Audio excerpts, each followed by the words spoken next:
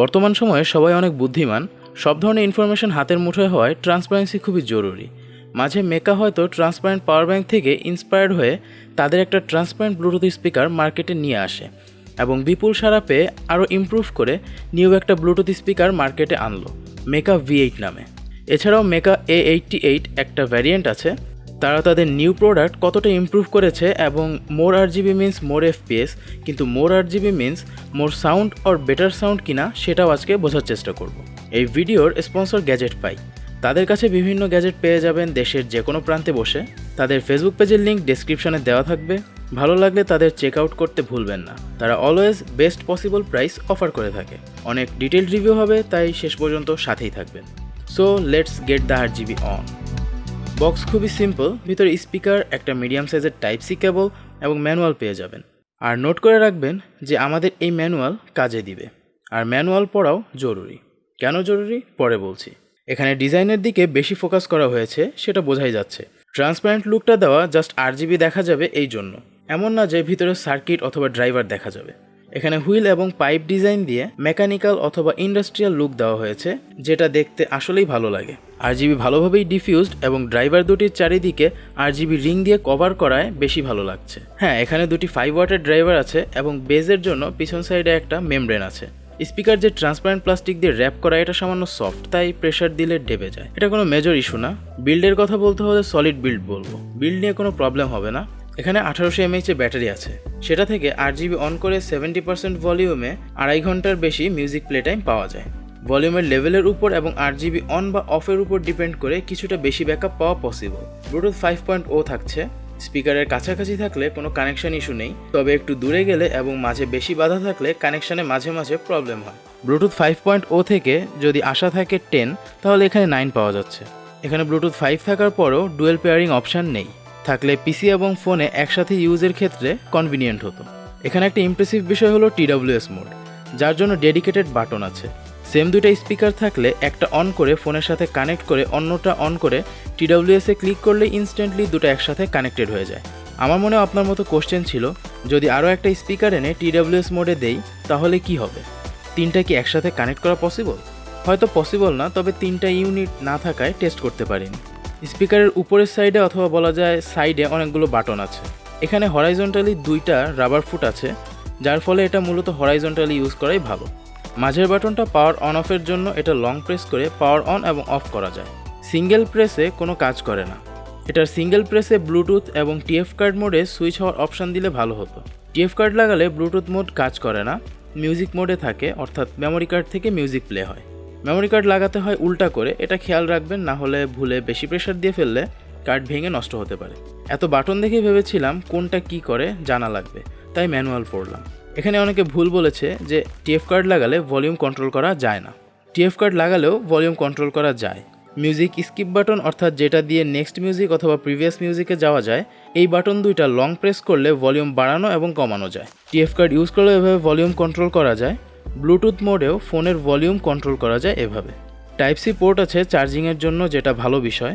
Full charge হতে সম্ভবত 3 ঘন্টার মতো সময় লাগে। RGB এর বিভিন্ন মোডে সুইচের জন্য ডেডিকেটেড লাইট কন্ট্রোল বাটন আছে, যেটা সিঙ্গেল প্রেসে মোড সুইচ হয় এবং ডাবল প্রেস করলে লাইট অন অথবা অফ হয়। আরও একটা বাটন আছে যেটা দিয়ে মিউজিক প্লে বা পজ এবং কল রিসিভ কাট করা যায়। কলের কথা যেহেতু বললাম, তাহলে নিশ্চয়ই এখানে কলিংয়ের অপশান আছে। বাটনগুলোর সাইডে আছে একটি ছিদ্র, যেটাকে চার্জিং লাইট ইন্ডিকেটর ভেবেছিলাম, কিন্তু না, এটা মাইক। এর মাইক কোয়ালিটি ইমার্জেন্সি সিচুয়েশনে কাজে লাগানোর মতো আর কি। এমনিও মনে হয় না কেউ এটা কথা বলার কাজে ব্যবহার করবে। লাইট মোড তো অনেক আছে, আপনারা দেখতে থাকেন, আমি সাউন্ড কোয়ালিটির বিষয়ে বলি। 5 ওয়াটের 2টা ফ্রন্ট ফেসিং ড্রাইভার দিয়েছে। সাউন্ড অনেক লাউড হয়, এর সাইজ অনুযায়ী ইমপ্রেসিভ বলা যায়। মিডসের প্রেজেন্টেশন ভালো, ইনস্ট্রুমেন্ট সেপারেশনও ভালো, সব ধরনের ইনস্ট্রুমেন্টের সাউন্ডই ভালোভাবে বোঝা যায়। ভোকাল এক্সট্রা ক্লিয়ার, যা শুনতে ভালোই লাগে।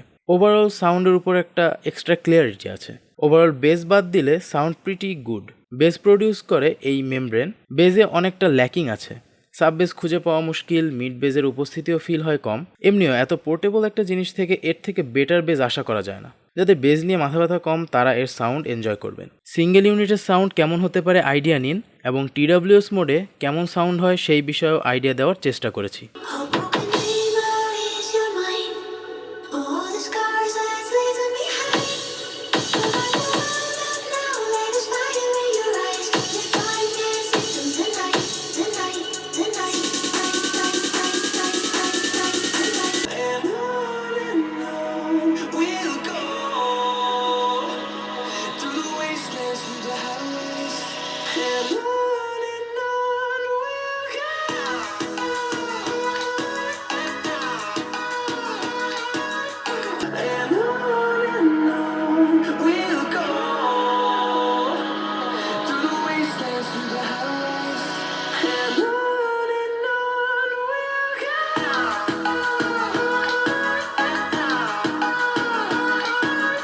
এখানে RGB গিমিকি মনে হতে পারে, কিন্তু যতই দেখেছি ততই এর ফ্যান হয়ে গেছি।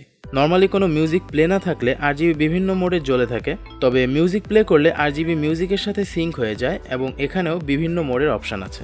RGB খুবই অ্যাকিউরেটলি মিউজিকের সাথে সিঙ্ক হয়ে যায়, যা দেখতেও ভালো লাগে। They have done a good job here. স্পিকারটি অন করলে V8 ইঞ্জিনের সাউন্ড হয়। মাইনর ডিটেলসের দিকে লক্ষ্য রেখেছে তারা। সাউন্ড 90% ভলিউম পর্যন্ত ডিস্টর্ট হয় না, এর বেশি ভলিউমে ডিস্টর্ট হয়। তবে এর বেশি ভলিউমে কারো শোনার প্রয়োজন হবে না, শুনলে আশেপাশের লোকজন চলে আসবে। একটা বড় রুমের জন্য একটা স্পিকারই যথেষ্ট।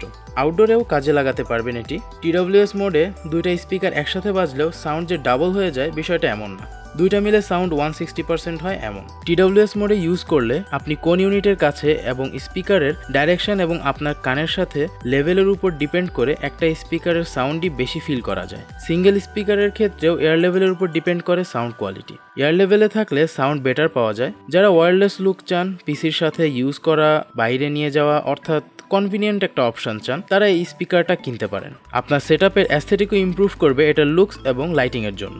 দুইটা কিনে TWS মোডে স্পিকারটা ইউজ করা ওর দিয়ে বলা যায়। Overall this is a good deal. বর্তমানে 2000 টাকার মতো প্রাইস এটার। আপডেট প্রাইস জানতে গ্যাজেটপাইয়ের ফেসবুক পেজ থেকে ঘুরে আসবেন, লিঙ্ক ডেসক্রিপশনে পেয়ে যাবেন।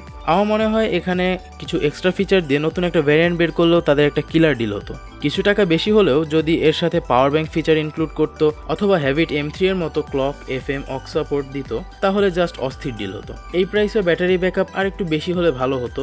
স্টিল কম্পিটিশন অনুযায়ী গুড ডিল। আপনাদের মতামত কি সেটা আমাকে কমেন্টে জানাবেন। দেখা হবে অন্য কোনো ভিডিওতে। Bye bye.